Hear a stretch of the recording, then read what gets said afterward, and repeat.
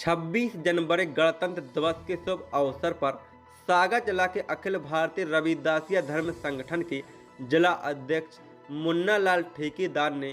गणतंत्र दिवस पर खुरई बस स्टैंड पर भगवानगंज चौराहे पर बाबा साहेब डॉक्टर अंबेडकर जी की प्रतिमा पर माल्यार्पण किया।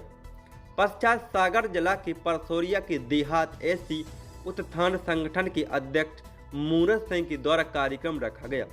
जिसमें गणतंत्र दिवस पर देश के अमर शहीदों को याद करते हुए डॉक्टर भीमराव अंबेडकर, संत रविदास जी समाज में फैली कुरीतियों को दूर करने को लेकर लोगों के बीच देश की रक्षा करने की बात कही।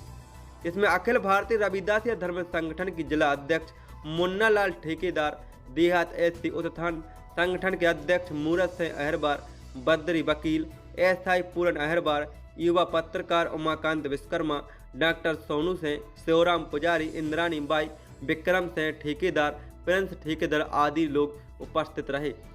मध्य प्रदेश हेड सागर से रोहित अहरबार की रिपोर्ट।